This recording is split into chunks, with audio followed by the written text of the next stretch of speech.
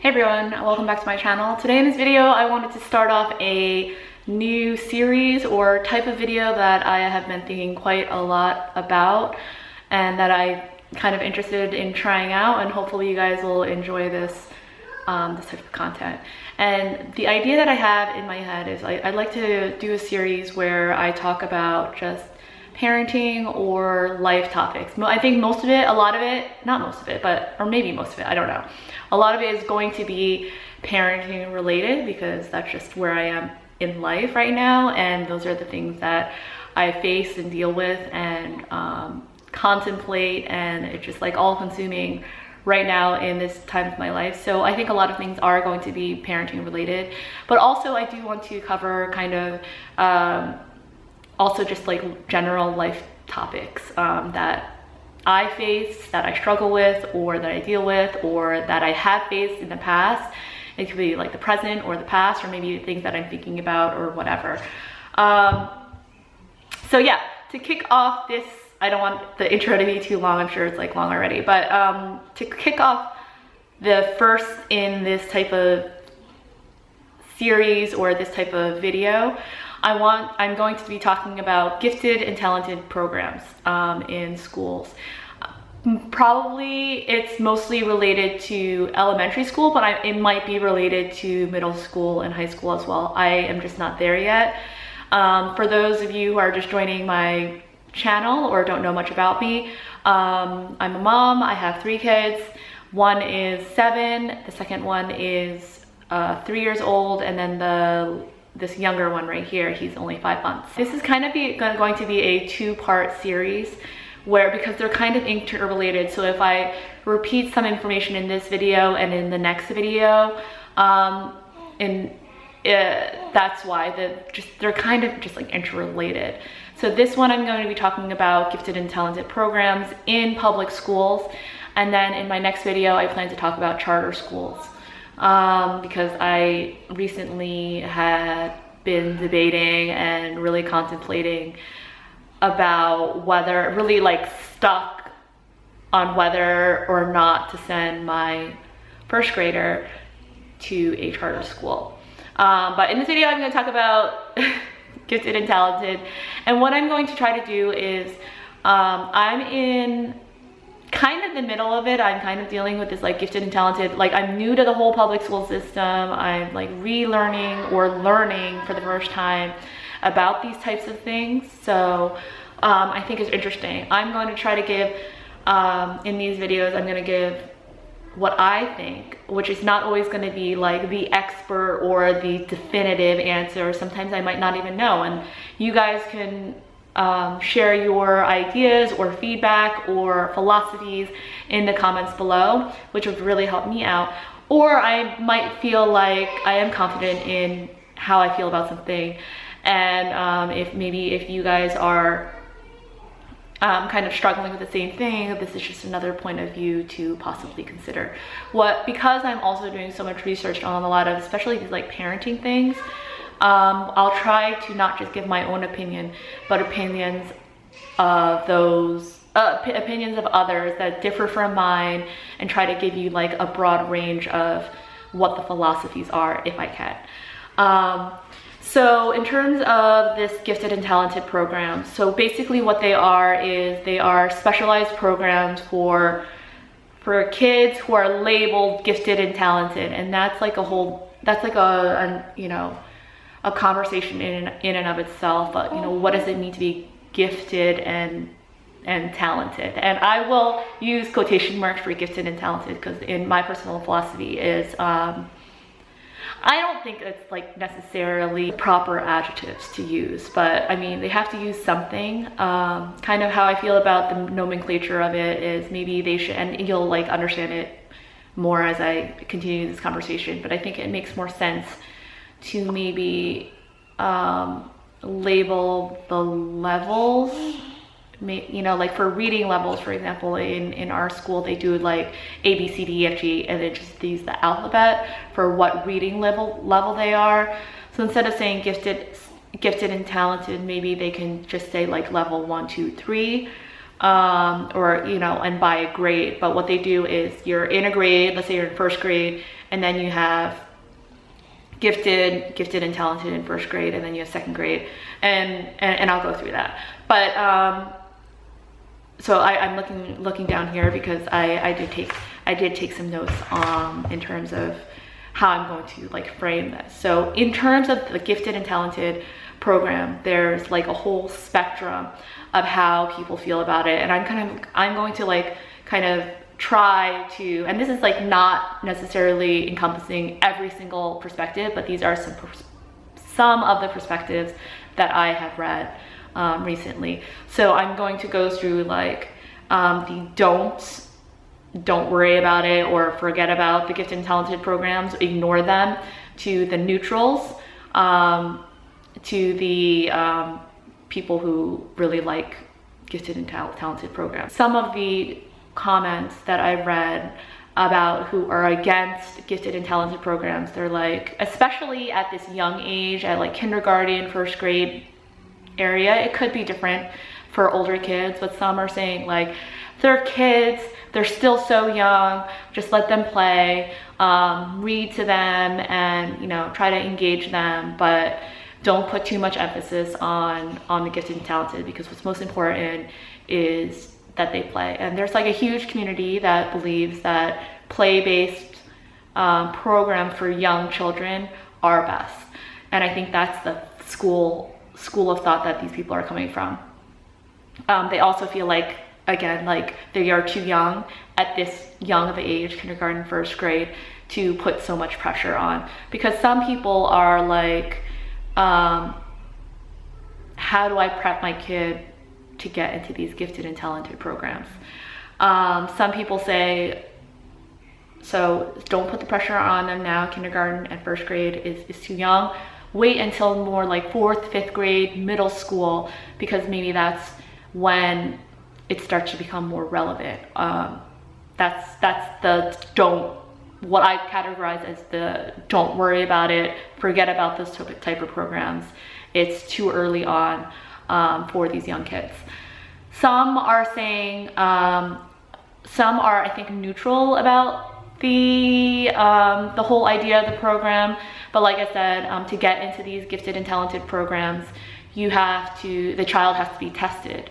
And from what I've read, and I don't know too much about the test, but from some of the feedback that I've read or in the discussions that I've read, these tests are IQ tests. So it might be like a bunch of like let's say 3 pictures, and they have to figure out what comes next in this pattern of complicated pictures, or this is to this and this is to what, you know, or that is to what, kind of like analogy questions. And what's interesting is that in my past, because I have an education background and I used to teach kids, I actually prepped a 4-year-old to get into one of these gifted and talented programs. And some of the gifted and talented programs are within the school, within the larger public school, but some of them are, or for the one that I tutor for, the whole school was a gifted and talented school. It was like a target or a magnet school for strictly gifted and talented. So I just think it's interesting. And I was on the Upper East Side in Manhattan, in New York City, getting paid to try to, you know, prep this kid to get into this school, because her brother was gifted and talented. He got into the school, and he had this younger sister who was bright. She was definitely a bright kid, but maybe not at the same level as her son.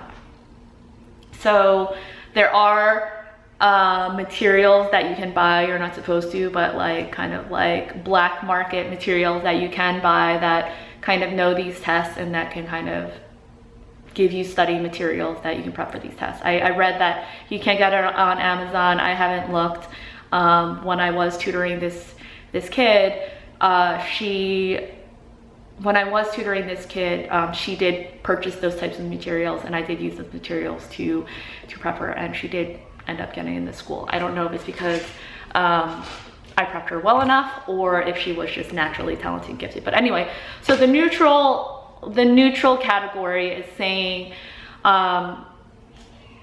you know, let the kids be kids. You know, if they get tested or if you want them to get tested, don't study for it. You know, kids who belong in that program will naturally get in those programs. They shouldn't have to study for it. And if you do study for it, overstudy for it, and they do get in, maybe they're not, and maybe that's not a program that's really right for them, and you kind of wiggled your way in,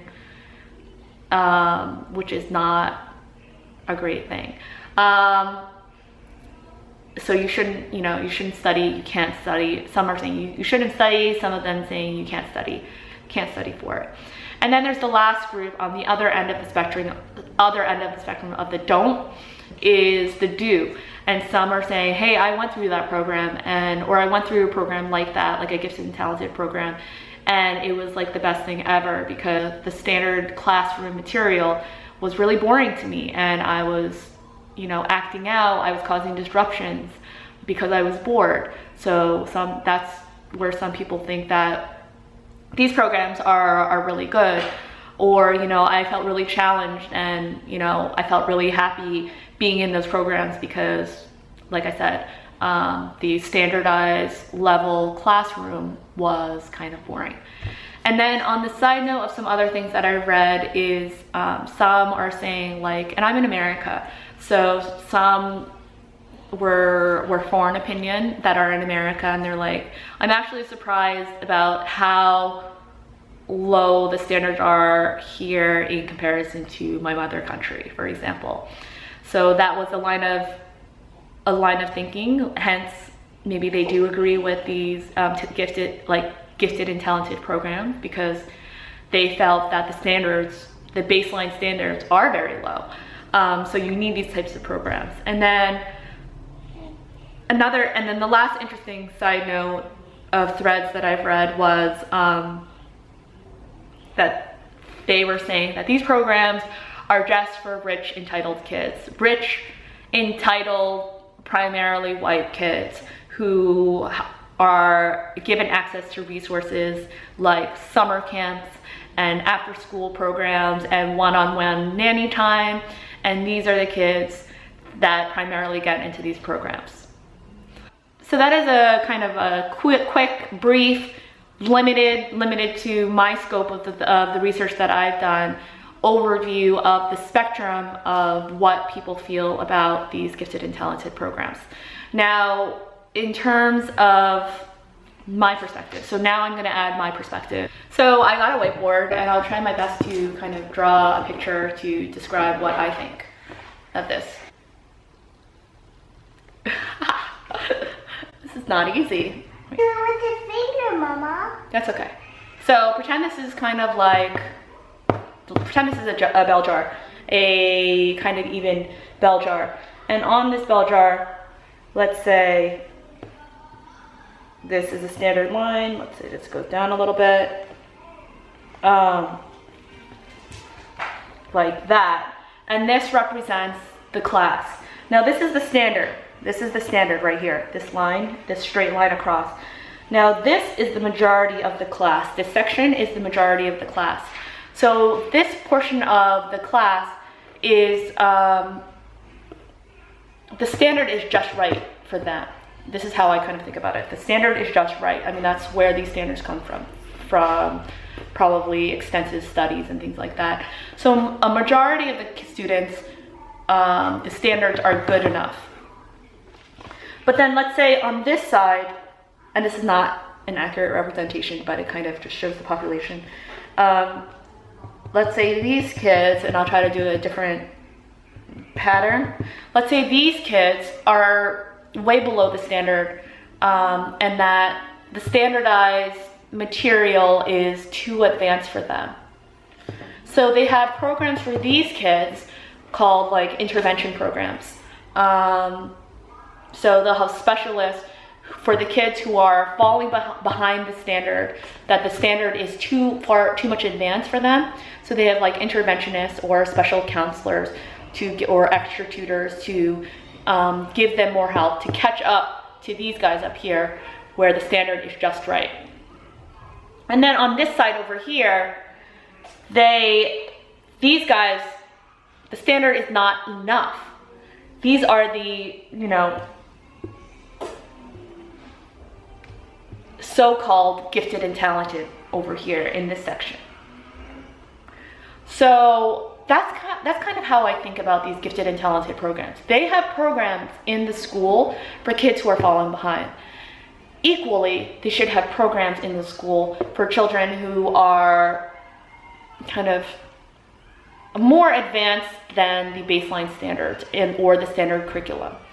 So how do I feel about gifted and talented programs? I think they're good. I think they're great. I think the nomenclature maybe not so great. Maybe a different way to think about it is, let's say each grade level there's a 1, 2, and 3. If you're a 2, let's say you're in, then you're in this section. If you're a 1, then you're going to need a little bit more help, and then you'll be working with special counselors or whatever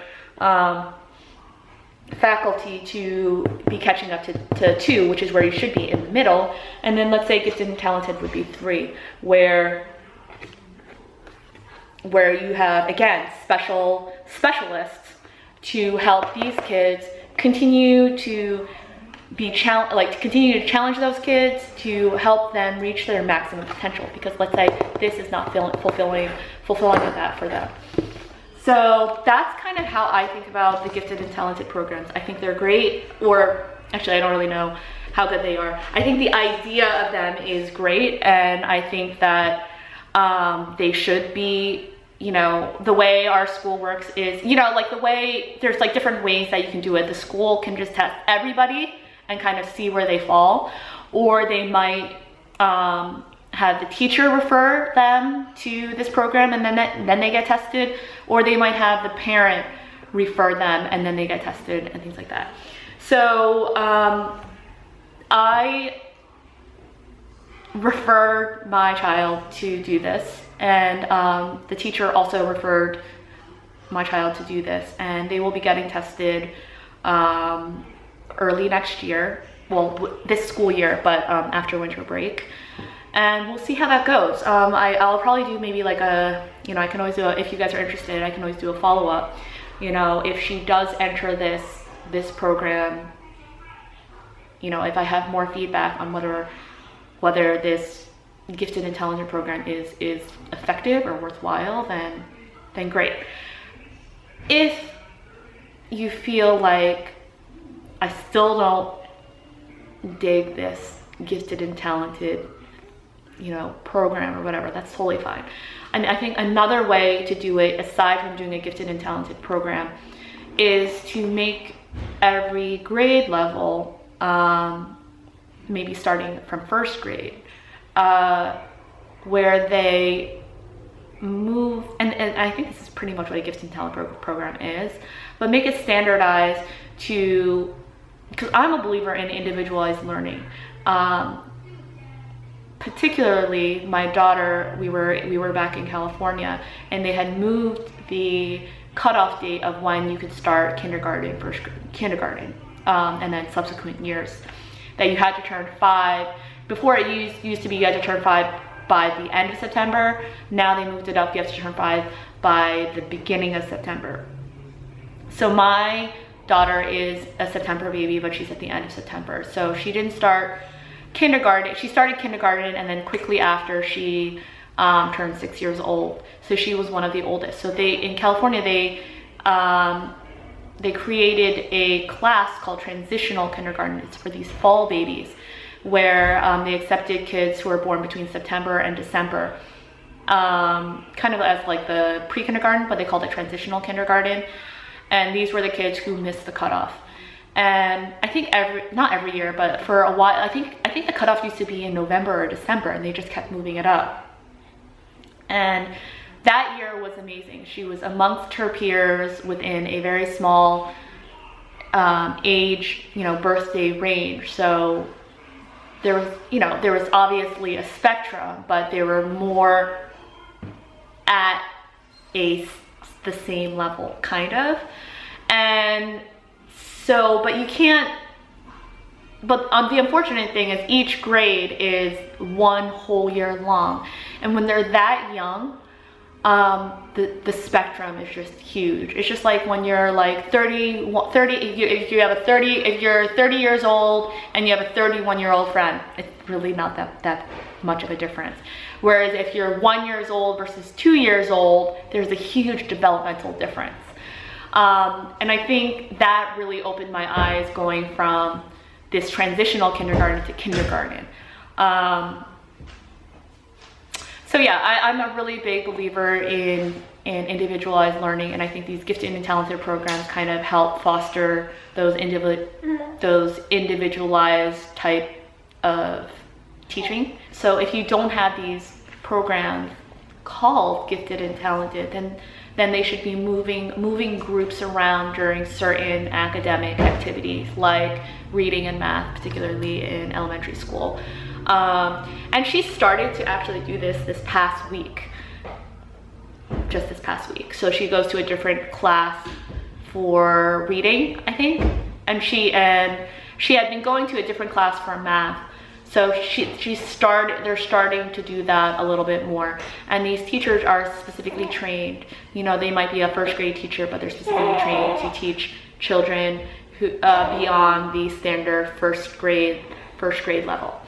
So I don't know if that was all over the place. I tried really hard, and I tried really hard, but so I don't know if that was all over the place. I know this video is getting really long, and I don't want to make them too long, but I also do want to say everything I have to say about the topic. And I'd like to hear what you guys think about gifted and talented programs. In my next video, I'm going to talk about charter schools, so that'll be kind of like an interesting follow-up / you know, part 2 or you know, part A / part B of the series. And yeah, so I hope you enjoyed this video. Please give it a thumbs up if you did. Subscribe if you're not subscribed already. I try to make a variety of different videos, even though I know that's not YouTube best practice. And we will see you in our next video. Bye. Bye.